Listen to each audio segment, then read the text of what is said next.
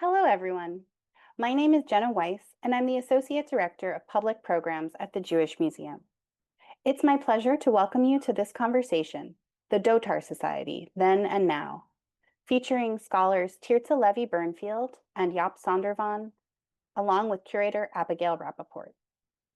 This talk is presented in conjunction with the exhibition, The Book of Esther in the Age of Rembrandt, on view at the Jewish Museum through August 10th, 2025. We encourage you to visit if you are able to do so. Now I would like to briefly introduce our speakers. Tirtsah Levie Bernfeld is a curator and independent scholar who specializes in European Jewish history of the early modern period, concentrating on social and cultural aspects of the Sephardi community in early modern Amsterdam. Her books include Poverty and Welfare Among the Portuguese Jews of Early Modern Amsterdam, which won a National Jewish Book Award in 2012. Jaap Sondervan is an independent consultant and the current chairman of the Dotar Society, based in Amsterdam. And finally, Abigail Rapaport is curator of Judaica at the Jewish Museum and co-curator of the exhibition, The Book of Esther in the Age of Rembrandt. She worked previously on Judaica within the European Sculpture and Decorative Arts Department at the Metropolitan Museum of Art. It's my pleasure to welcome her to begin this talk. Welcome, and thank you for joining us for this special program devoted to the Dotar Society, Then and Now, held in conjunction with our exhibition, The Book of Esther in the Age of Rembrandt, currently on view at the Jewish Museum through August 10th. This exhibition is co-organized with the North Carolina Museum of Art in Raleigh, where it will travel this fall, followed by a condensed presentation at the Isabella Stewart Gardner Museum in Boston. We hope you'll have the chance to experience all three presentations. This exhibition explores a unique moment when the story of Esther, the Megillah, a tale of heroic resilience and survival for the Jewish people in the ancient Persian diaspora, resonated deeply in 17th century Amsterdam, a city itself shaped by its long struggle for independence and growing cultural diversity. Against this backdrop, Rembrandt and other great Dutch artists of his time brought Esther's story vividly to life through their art, reflecting contemporary cultural concerns and helping shape a distinctly Dutch identity.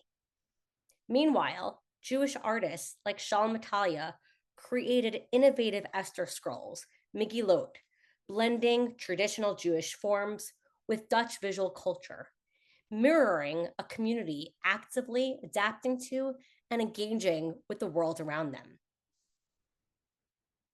Different artists, patrons, and audiences, Jewish and Christian, were especially drawn to Queen Esther, a young Jewish woman, an orphan, who rose to become queen of ancient Persia.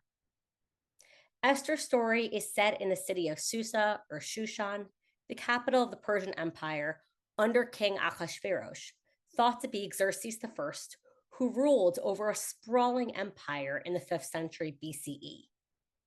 This story unfolds after the Jewish exile from ancient Israel following the Babylonian conquest in 587 BCE. Facing near annihilation, Queen Esther risked her life by revealing her Jewish identity to the king, giving voice to the voiceless, and securing her people's survival. Esther's story is commemorated annually on the holiday of Purim.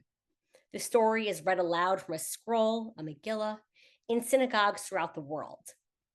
As the exhibition highlights, Esther scrolls of this period were lavishly illustrated, like the one you see here on the screen, reflecting a flourishing of both Jewish ritual and visual culture. While Esther's story is set in ancient Persia, its themes of courage and survival found fresh relevance in 17th century Amsterdam, a bustling, diverse city that had become a refuge, a magnet, if you will, for many migrants. Amsterdam attracted a remarkable mix of people, Sephardic Portuguese Jews reclaiming their Jewish faith after centuries of forced conversion and expulsion, Ashkenazic Jews from Central and Eastern Europe fleeing persecution, and Christian immigrants facing wartime displacement, drawn by the city's relative tolerance and opportunity. For the Sephardic Portuguese community, Queen Esther embodied the converso experience, a woman who hides and ultimately reveals her Jewish identity at great risk. In Amsterdam, this community could finally celebrate Jewish holidays openly, and Purim became an especially poignant expression of this. For the Dutch, still forging independence from Spanish rule, Esther emerged as a symbol of courage and even divine favor. In this new republic, she was embraced not only as a biblical heroine, but as a Dutch heroine. The exhibition brings together a wide range of material, from paintings and works on paper to everyday household objects, to Esther scrolls for Purim, to theatrical plays, to show how Esther's story lived not only in scripture, but in the broader art and culture of the time. Among the most powerful contemporary expressions of this reclaiming of identity was the Dotar Society, a charitable society established in Amsterdam in 1615. Funded by members of the Portuguese Jewish community, the Dotar Society awarded dowries, goods or money provided by parents or guardians, to orphaned young Jewish women seeking to marry and settle in Amsterdam. This was not at all a quiet act of giving. It was and is a public ritual, a lottery, held annually on Purim at the Portuguese synagogue. Here you see an installation shot from the exhibition featuring original Dotar objects used in this ritual, still used today. Each year on Purim, the petitions of eligible young women were drawn from a silver tureen placed atop the dazzling red silk and velvet harlequin's cloth, exactly the one you see here, a lectern cover adorning the central reading platform of the Portuguese synagogue. Like Queen Esther, many of these young women had hidden their Jewish identity and immigrated from regions where it was unsafe to be openly Jewish. And like Queen Esther, many of them, many of whom were named Esther, took initiative in shaping their future. They applied to the Dotar lottery, seeking stability and opportunity in their new lives. In the exhibition, you can read original petitions that reveal the poignant stories of these young women. You'll encounter stories of Esther Fonseca, Esther Mendes Doval, and Esther Preta. One example is Clara de Almeida, whose petition we can see here. She won her dowry in 1667, the year her name appears in the Dotar Society's records. She had immigrated to Amsterdam from Bayonne, France, without her parents. Her story was particularly heartbreaking. Her grandparents were killed by the Inquisition in Cordoba, Spain, and her brother was executed in Santiago de Compostela for his loyalty to Judaism. Clara married a few years later. The Dotar lottery was more than a financial grant. In contrast to the secrecy and fear of the Iberian past, this public Purim ritual became a celebration of Jewish continuity and resilience. We are deeply grateful to the Dotar Society for parting with these rare and cherished objects, not just for one Purim season, but for two, here in New York and soon in North Carolina. I want to extend particular thanks to Mr. Jaap Sondervan, whose deep knowledge of the Dotar Society today and its traditions greatly enriched our understanding of the society. His insights helped illuminate this remarkable story. And of course, Dr. Tirtsah Levie Bernfeld has been an invaluable source of expertise on Dotar's origins and historical significance. She generously shared her research with us and translated the petitions now on view in the exhibition, accessible via a QR code in the exhibition. Both of them join us for the special program. Dr. Bernfeld's talk, The World of Dowry Society Dotar, will take us into the transnational world of early modern Sephardic charity, showing us how this Amsterdam-based society helped bring converso girls back to Judaism while blending Jewish and Catholic traditions. Her talk will reveal how Dotar forged connections across centuries, across continents, and preserved intimate stories of migration, loss, and resilience. Then we'll hear from Mr. Jaap Sondervan, who has served on Dotar's board since 2004 and has spent many years studying its traditions and evolution. His talk, Dotar, 411 Years, the Same or Not, offers a rare insider's view of how the 17th century institution has or hasn't changed. In addition to his work with the society, Mr. Sondervan is a scholar of Chazanut, or Jewish cantorial music. Through this work, he preserves and shares the rich liturgical traditions of the Portuguese synagogue in Amsterdam. Together, these two perspectives will help us better understand the extraordinary longevity and vitality of the Dotar Society. It is an honor to host this conversation. Thank you for joining us. Okay, thank you for inviting me. I will talk about the world of Dowry Society Dotar, as Dr. Rapaport introduced. First, to start with a story, I will emphasize especially the world, the early modern world, and we start to wonder how did the world of the early modern period look for the Jews. And that world was very much in turmoil. Looked grim. Spain had expelled the Jews in 1492. Portugal converted them in 1497. We know the settlement of foundation of the Spanish and Portuguese Inquisitions, who persecuted the remaining converted who were distrusted for secretly adhering to Judaism. Earlier, also France and England denied entry to the Jews and forbade public profession of Judaism. And also in Germany and Central Eastern Europe, periods of relative tolerance were alternated with those of restrictive policies and persecutions. All of them looked for safer heavens. Conversos of Sephardic background tried out Italy, North Africa, the Balkan, and the Levant. But there were new opportunities at the horizon in the 16th century in Northern Europe, and that was especially Amsterdam. That seemed to become, also for conversos, the converted Jews, the best option.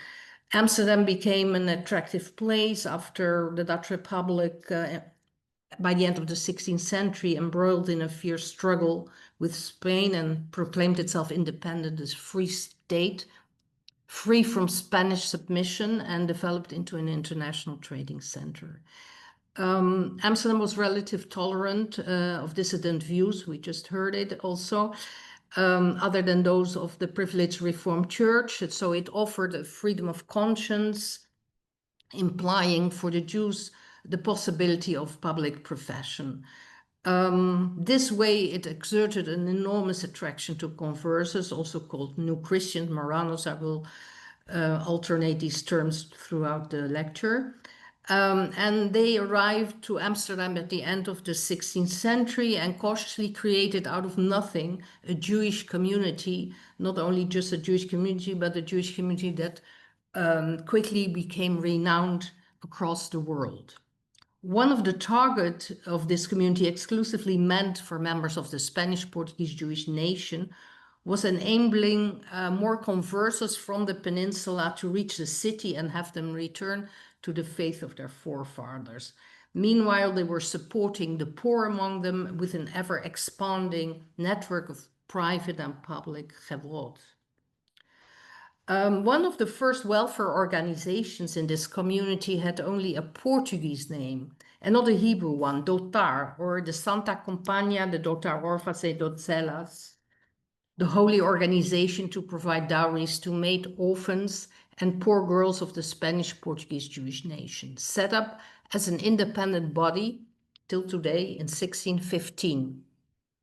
And it was for good reasons that Hebrew was left out, as it operated internationally, often in regions where Jews were banned, requiring discretion in order to reach them. A Jewish name would arouse suspicion. Dotar still exists today and provides dowry through a lottery taking place on or around Shushan Purim. Why Purim in particular? Dotar didn't choose this date arbitrarily. Purim symbolizes victory over destruction.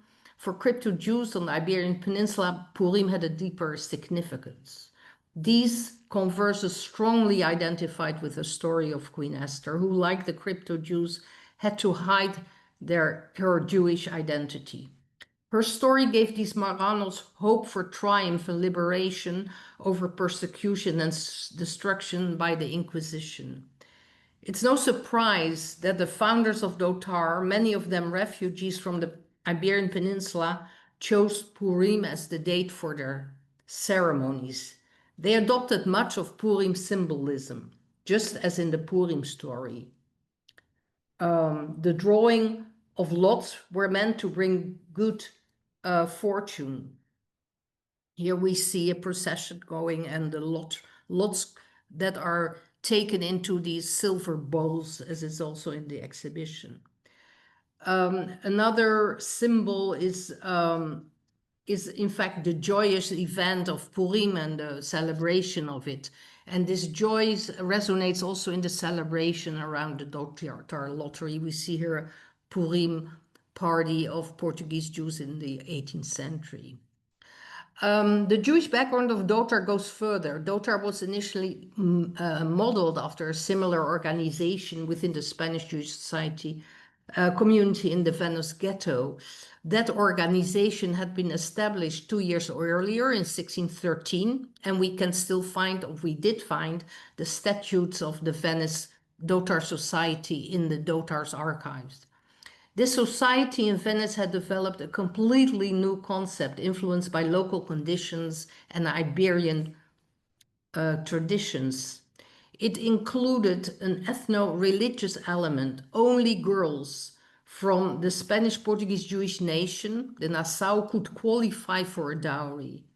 Furthermore, the Venetian organization was not restricted to the local market only, but extended to Sephardi girls from other Jewish communities around the Mediterranean. Dotar adopted several aspects from Venice, but went even further. It had an international reach, focusing primarily on the situation in Western Europe while leaving the Mediterranean area mostly to the Spanish Jewish Dowry Society of Venice. Yet Dotar was different. It created opportunities not only for girls of the Nassau already living within the Jewish world, but focused primarily on conversas, girls of the nation living in non-Jewish environments.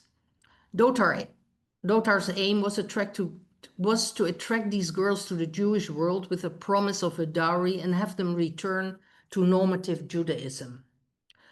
But Dotar's tradition wasn't only Jewish. Much was also borrowed from the Catholic dowry organizations in Italy and Spain. The hierarchical structure, selective procedures, and strict oversight mirrored those Catholic institutions. The protocol was also similar. In Catholic organizations in Southern Europe, boys under 7 were invited to draw the lots, and this was also stipulated in the first Dotar statutes. In short, the symbolism and organization around Dotar emerged from a blend of cultures. Elements from the Jewish and Catholic Southern European spheres served as models and was set up out of economic, ethno-religious, and social concern.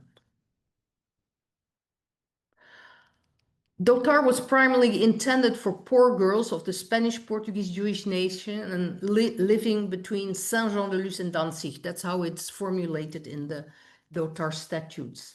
In France, England, Flanders, and German territories. Initially, it focused on girls stranded in southern France. And early Dotar archives show that at the start of the 17th century, many refugees, often broken families, poor or impoverished, and often victims of the Inquisition, had settled in French towns like Saint-Jean-de-Luz or Bayonne. Among them were many poor girls, sometimes alone, sometimes with a grandmother or mother, and in the best case with both parents.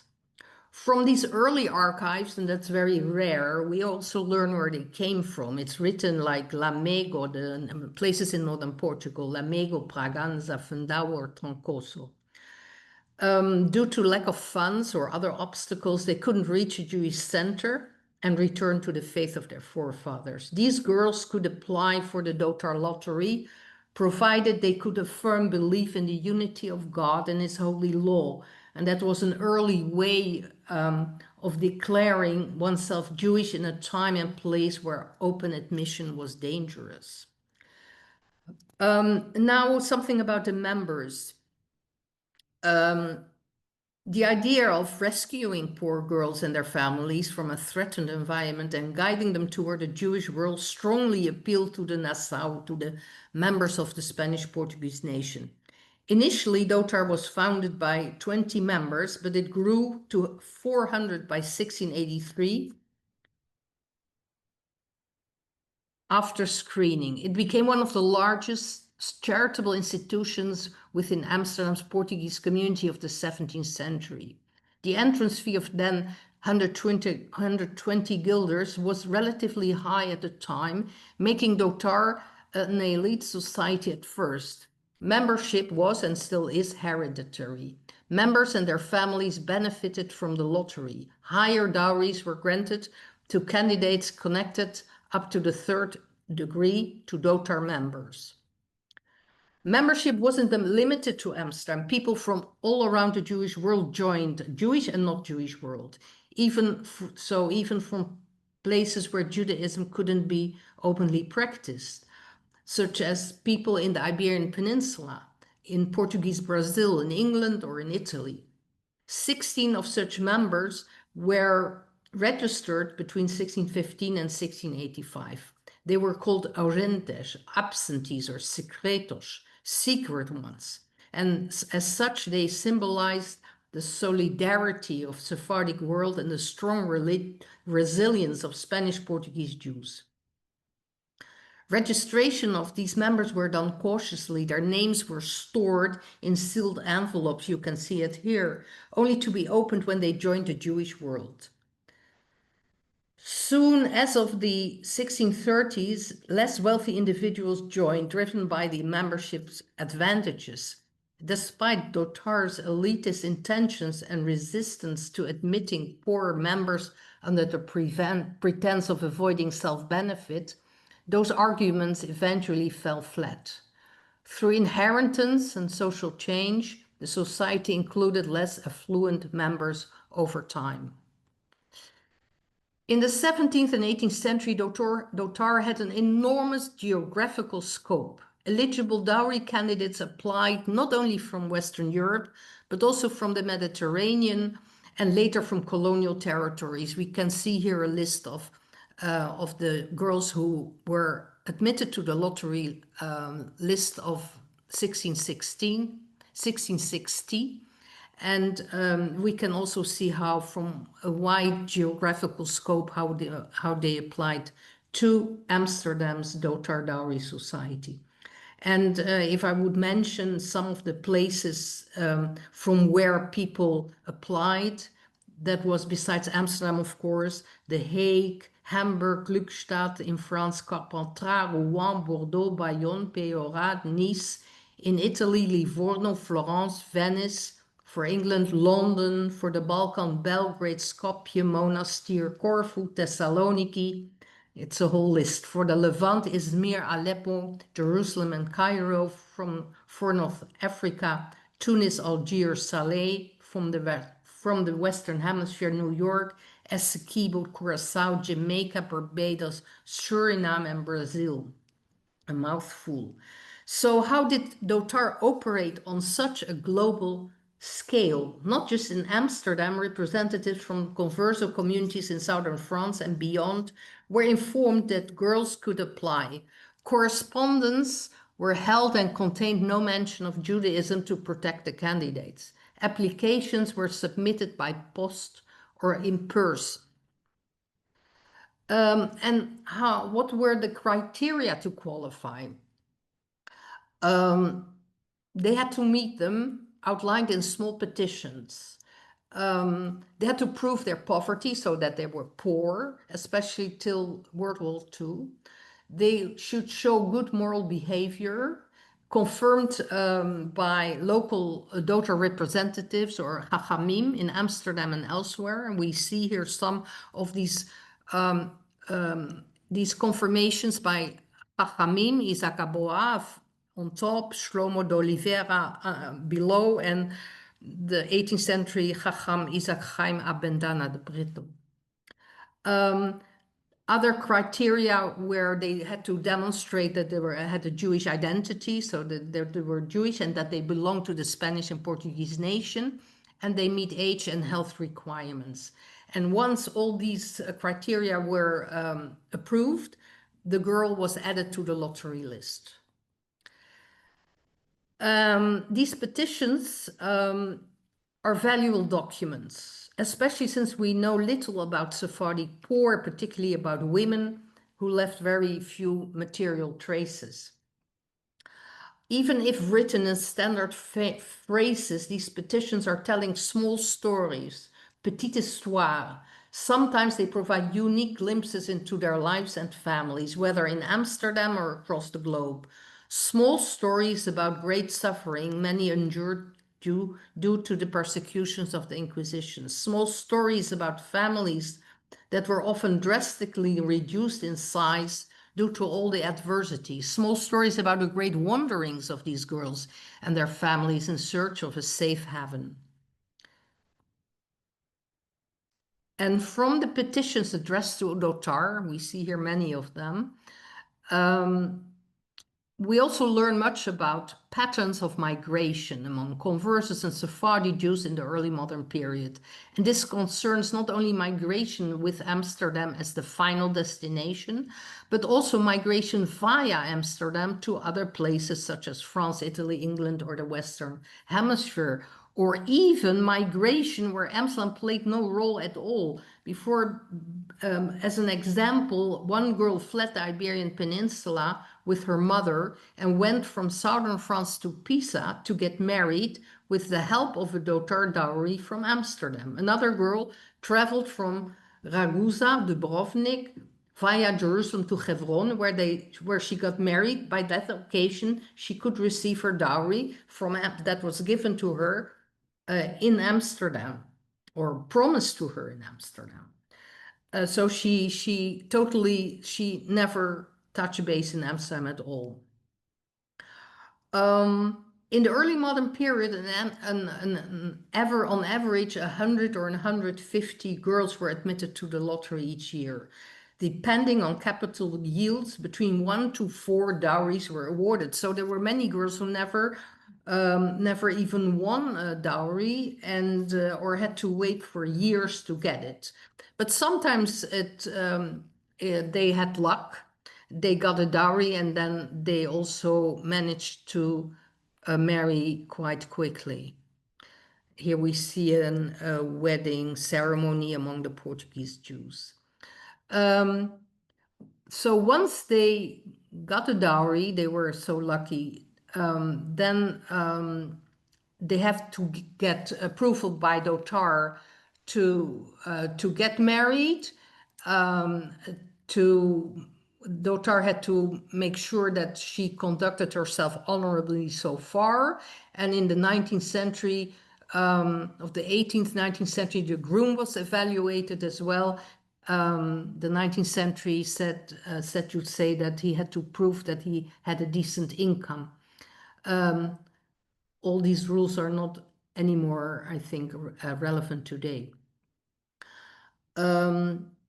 So then the marriage could take place according to if it would take place according to Jewish law in a setting where Judaism could be openly practiced and with a partner who was a circumcised Jew. So if Dotar Society had all these conditions closed and approved, then the wedding could take place in a Jewish center.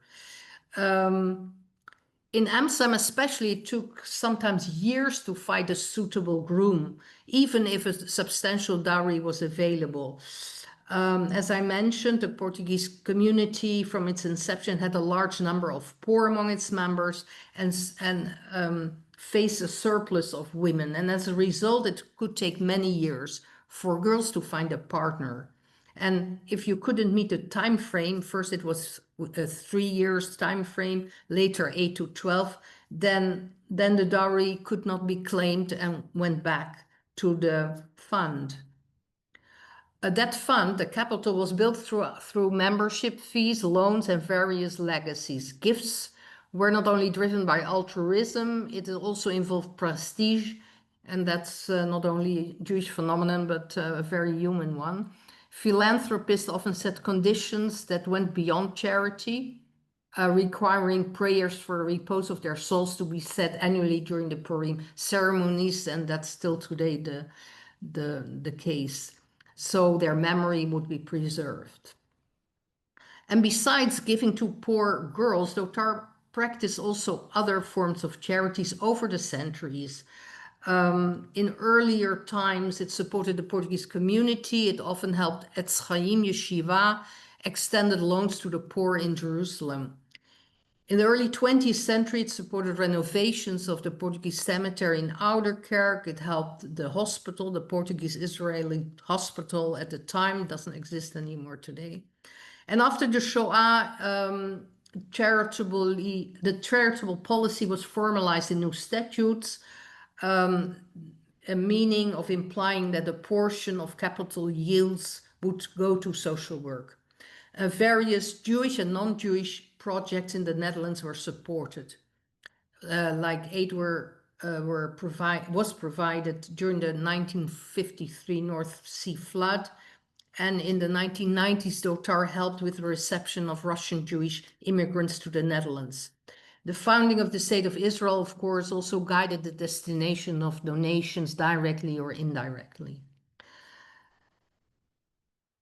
Thus, for more than 400 years, Dotar has helped people and institutions in need and remained true to its original mission, supporting the poor. Today, Dotar is somewhat different association than it was in 1615. Back then, its main goal was, as we know now, to help orphaned and poor young daughters of the Spanish Portuguese Jewish nation, particularly in Western Europe, marry Jewishly with the aid of a dowry in a place where Judaism could be practiced openly. In this way, conversos were brought back into the Judaism their ancestors had been forced to abandon. Nowadays, poverty is no longer a requirement for participating in the lottery, and boys may also take part. Dutch nationality is a prerequisite for both membership and eligibility for the dowry lottery. The international character, almost and slowly erased over a century, has been saved once more by offering dowries to orphan girls from Sephardi heritage in Israel. The number of lottery applicants has clearly declined since the mid-18th century. Dotar began in 1615 with 15 applicants and had about 150, 10 times as much by the middle of the 18th century. It went down in 1800 to 68, less than half. But then it grew again, but the Shoah delivered a severe demographic blow. In 1940, the number grew to 90 applicants, while in 1948, only 23 remained. 3/4 had been wiped out. Today, the number of female applicants is much less than what it is at Dotar's founding. This year, 2 girls applied, compared to 15 in 1615. Then there were this year again 6 boys who participated, making the total of 8, and still it doesn't come close to our original number of in 1615, which was 15. In the meantime, Dotar consciously tries to stay true to its tradition while adapting to a changing reality. While minutes are written in Dutch, the board still drafts termos or resolution books in Portuguese and uses more Portuguese terms like sortes, the lots, and pautas, the lists. The lottery ceremony remains vibrant and intact. and Dotar's role in the Chuppah protocol at the Shnoch is still highly valued. The Dotar board is still deeply committed to preserving a centuries-old tradition. We may take pride in the fact that Dotar is still active as one of the oldest, if not the oldest, continuously operating charitable organizations in the Jewish world. Let us hope that Dotar continues to fulfill its mission for many centuries to come in a world more beautiful than the one we see around us today. Thank you very much. Hello, I'm Jaap Sondervan. I'm the chairman of Dotar since 2004. Of course, 21 years seems a lot, but on a scale of 400 plus, it is a very short period. I'm an engineer, retired engineer. In my free time, I document the nusach, or the services and the customs of the Amsterdam Sephardi community, which I document in the website hazanut.esnoga.org. And I also did it for the Ashkenazim, and that is in hazanut.nl. Now, if you just type in Google, typing Hazanut in Amsterdam, you'll find it on top of your search results if you're interested. So my discussion is Dotar, 400 years, the same, unchanged, or maybe not. Dotar gives dowries since 1616. So nothing has changed. If we look at the first pauta, which is the list of the participants from 1616 on the left, and we see a list on 2015 on the right, we see columns with names, with girls who participate in the lottery. By the way, you have the first pauta also in the exhibition, but not with the seal, with the nice red seal. So what has changed? We do lottery to young people. Our membership hasn't changed the last 400 years. Our target group hasn't changed. Our regulations haven't changed. Our decorum hasn't changed. Our future hasn't changed. But for over 400 years, we adjusted to changes in society to keep unchanged. Members. Our members are the founders who started the Dotar Society in 1615 and their descendants. And afterwards, the transfer goes from generation to generation, and that's marked in the pauta as poor. In the pauta, you'll see coming up, you see the pauta is still in Portuguese, and you see that this person is marked as poor. And this person is not just a random person. If we go back to my great-grandfather, who was Moshe Cohen Pereira in about 1845, he was born. His membership was transferred to his son, my grandfather, who was David Cohen Pereira, who handed it over, well, it was handed over because he didn't survive the war, to his son, which is my uncle, and not to my mother. And from them, it went to my cousin, who is this David, and that says poor Moshe because he got it from his father. So how did I become a member? Via the buy-in, you can pay a lot amount of money, and then you become a member. And that is donate. Here you see primero possessor. I'm a first owner, and from me it will go, but thank God, in time to my children. So this has been so since 1615, and today still that is how it goes. Then our target group hasn't changed. We are Santa Compañía de Orphas e Donzellas, which orphans are orphans, and donzellas are maidens. Originally, there were only girls from the West Sephardi diaspora, as Mrs. Bernfeld already said. In about the 18th century, that was narrowed down to the Netherlands, Koninkrijk der Nederlanden, as they formulated in 1954, because actually Holland became much less important in the West Sephardi world. So the interest of the outside world declined, and it became almost Holland only. But in the 19th century, boys were added, and that is probably the only real change in our 400 years. that we now also give boys. And because there are thanks God, very little orphans, the orphan part just went a little bit to the back because there were no orphans, thanks God. However, in the mid-20th century, it started to extend again. We added Israel, so people living in Israel can apply. And in the 21st century, we added West Sephardi orphans in Israel.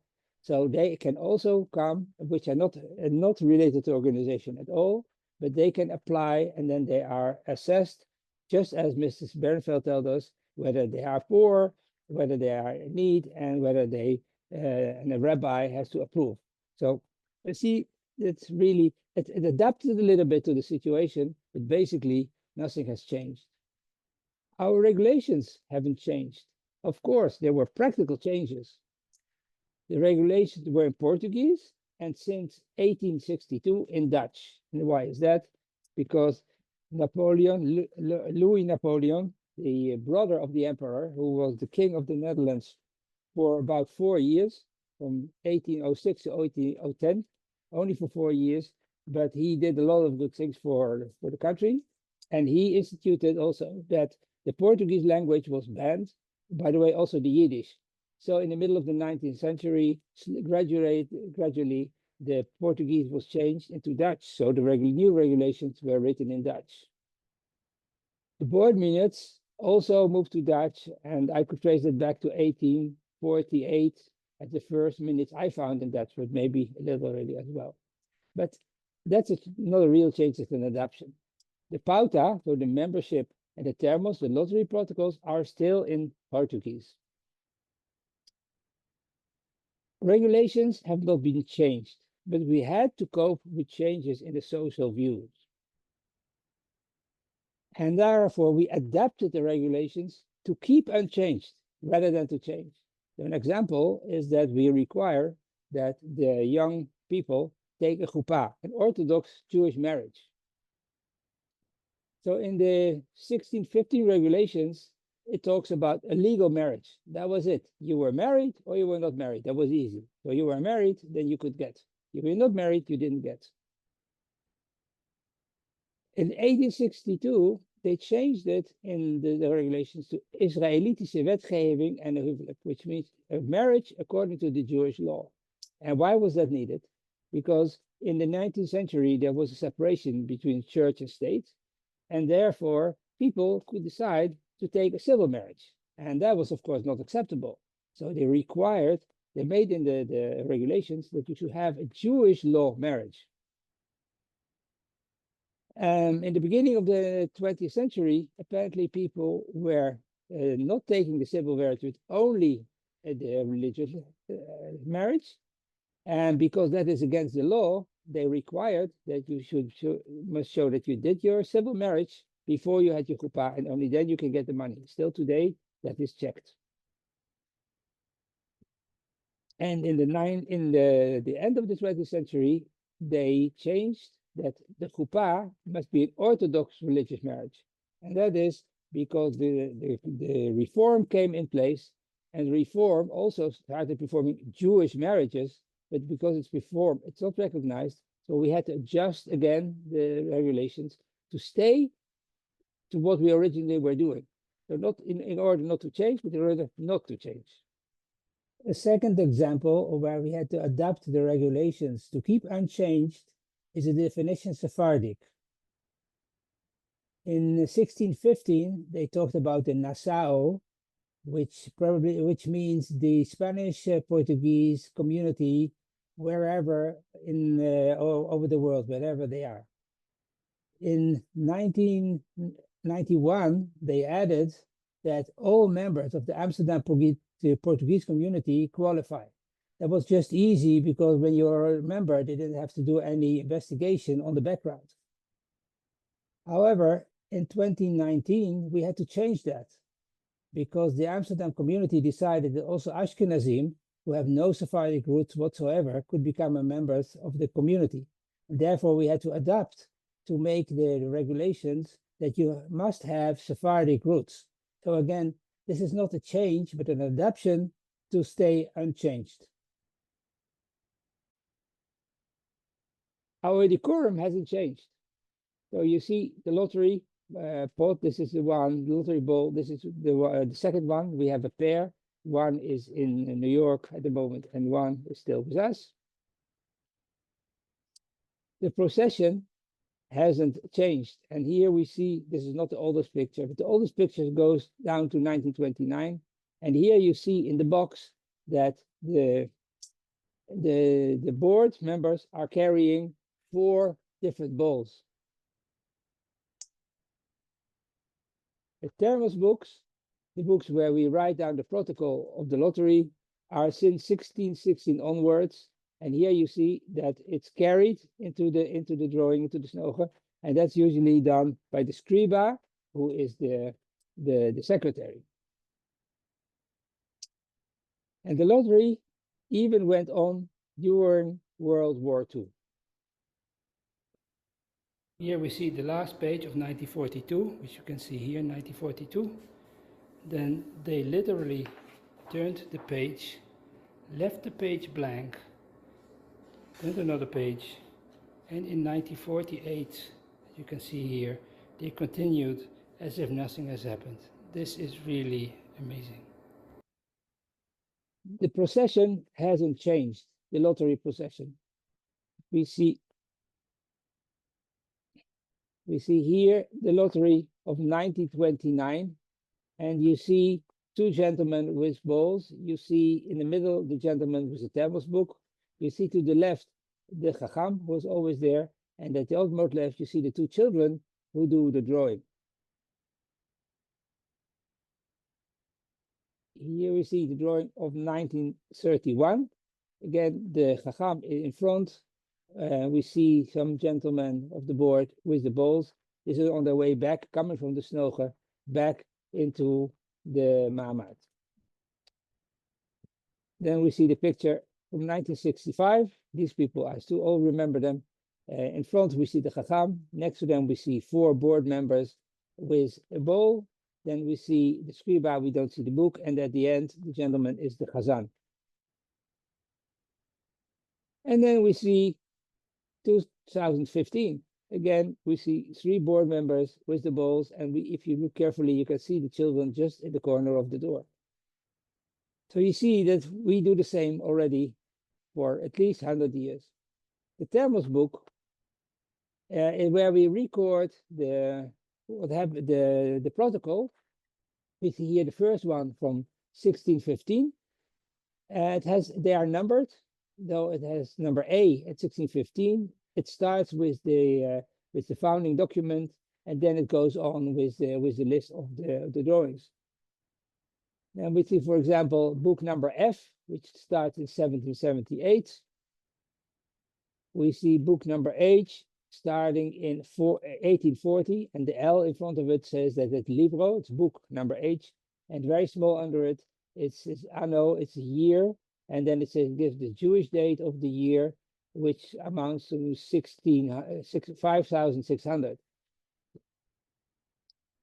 And we see here book L, which started in 1935, from which I just showed you the war, and N, the book N, which started 2000, which is still in use today. In total, 14 books in 411 years. So you see, the way we do it hasn't changed. The colors of the book slightly changed, but they are exactly the same way, handwritten in books for 411 years. So nothing changed. We still do the lottery, although since the mid-20th century, dowries are given to all members, regardless of the lottery. The lottery is an extra. By the way, girls get more than boys because basically we are a girls fund, so girls get more. On the right side, you see a lottery bowl with tickets, which we call the sortes. Adjusting dowries to the financial situation, because the stock exchange goes up and down, and we have to maintain our assets for the next 400 years at least. And we make a forward planning, financial planning, 25 years, because a baby born today will get married approximately within 25 years from now. So we must make sure that by then we'll have enough funds to pay all our obligations. And we reserve 10 dowries for October 7 victims for this very terrible war, and that is an add-on. And here we are not specific to Sephardic, although that will be our preference, but victims of the war are welcome for dowries in the coming years. Has our future not changed? Well, Mr. Bernfeld already mentioned it a little bit. If we look at the 1942, there were 2 pages of candidates. And if we look at this year, 2025, there were in total 8 children. 2 pages, if we realize that in the World War, about 75% of the Jews of Holland were killed, then when you go from 2 pages, you take off 75%, you get to half a page. Half a page is about 15 names. Unfortunately, assimilation took away another 50%. And that's how you get from what we had to about 8 children. Unfortunately, reality is that even those 8 children, from them, maybe half, 50% will get to a chuppah, and 50% will never get to a chuppah. So is our future changed? Our future is that we see a declining community, and that is a big worry, not only for us, but of course for the community as such. So, have we changed or have we not changed? I leave that up to you. If you want to see a video of the lottery, there is if you scan the QR code or you click on it, you will see a very nice video we made in 2014, just before the lottery, the 400 years, to document, and you'll see the entire lottery. You'll see us going in and out. You see the processions just according to as the pictures were. Enjoy and have a nice day. Thank you so much, Tirtsah and Jaap, for your fascinating presentations. We're honored to have you here for this special program, which we know will reach audiences near and far. So I want to start with you, Tirtsah. Tirtsah, you've spent your career really uncovering and decoding the voices embedded in these petitions, revealing these personal, often heartbreaking stories, and shedding light on communal dynamics too. And I had the pleasure of actually seeing you in action this summer at the Amsterdam Archives with me, which was a pleasure. If you could sit down with one person connected to Dotar, whether that be a young woman petitioning to enter the lottery, a trustee, or even a recipient of the dowry, a winner of the lottery, if you will, what is one question you would want to ask them to deepen your understanding of the world behind these documents that you, as a historian of this material, live with in the 21st century? Well, I'm not sure I can handle just one question. I would like to ask them many questions. Absolutely. And these and it wouldn't only apply to girls in Amsterdam who made their way to Amsterdam or made their way to all the Jewish centers at that time. First of all, I would like to very much know whether what they went through in the Inquisition times, and whether the Inquisition followed them or their families, how they did get out of the peninsula, if somebody helped them, what would be their hopes, their dreams, whether they managed to get used to normative Jewish life, because they were used to a very different one on the peninsula, whether they kept to crypto-Jewish life on the peninsula, because many also came without joining that kind of experience. I would like to know whether they got help to get out, whether Amsterdam was a real choice, or whether they had preferred Venice, or whether they would stay in Amsterdam or envision to go to other places, what their family went through, and how they felt in a place like Amsterdam, cold, maybe relatively tolerant, but still not completely giving in to the Jews as such at that time. I think that's around what they what I would like to ask them, sit down and talk about their past, their present, and their dreams for the future. That's quite poignant to kind of think about their own past, how they're adjusting, and then their future. So thank you, Tirtsah. And Jaap, in your unique position as chairman of the Dotar Society for a few decades now, you continue to reflect on how Dotar's values and practices resonate across centuries. And I've also had the pleasure of having many conversations with you two about this. If you could ask someone from Dotar's early generations, perhaps a trustee or supporter, one question, what would you want to know in your position that might help inform how you govern the society today? I think I would ask them, what did you do with the money? How important was the money to you? And I probably would have received very different answers. 400 years ago, people would say, thanks God, now we can get married. To today, people would say, yeah, we made a nice honeymoon with the money we got from you. So indeed, I think the importance of the Dotar, it shows how the importance of the Dotar changed over the 400 years. I mean, we're still doing it. As I said in my presentation, we're still doing exactly the same. But the need of what we do has dramatically changed from really critical to very nice to have. Very, very nice to have, but nice to have. In most cases, although what we do to the orphans in Israel, that is, again, really for the poor. And they need to go all the process to be approved that they are really poor and are in need. So, and they go to the rabbi just as Mrs. Bernfeld told, we used to do in the past. And there we really give a need to people. I won't say we help them to get married, but it's a very important contribution to them. But to all our members, it's a very nice gift to have. Yeah, that's really interesting. It's thinking about the values of the financial assistance and how that might have looked or felt back then versus now. So thank you, Jaap. Now, before we close, I'd like to step back and ask each of you to reflect on something that I think touches both history and the present. You both highlighted this enduring aspect of the Dotar Society, especially seen through the lottery on Purim. Why do you think these rituals have had such staying power, if you will? And why do they still matter to a 21st century audience listening to this program today? I think people like ceremonies, protocol,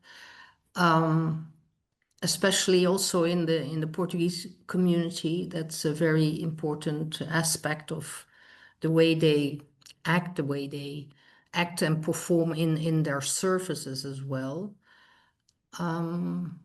So I think, and people like to look at ceremonies from the past and their deep history behind it, the background. I think people are very much thrilled and moved to see such a ceremony still live today, still alive today, in fact. Yeah. That's interesting. So it's actually the longevity of it.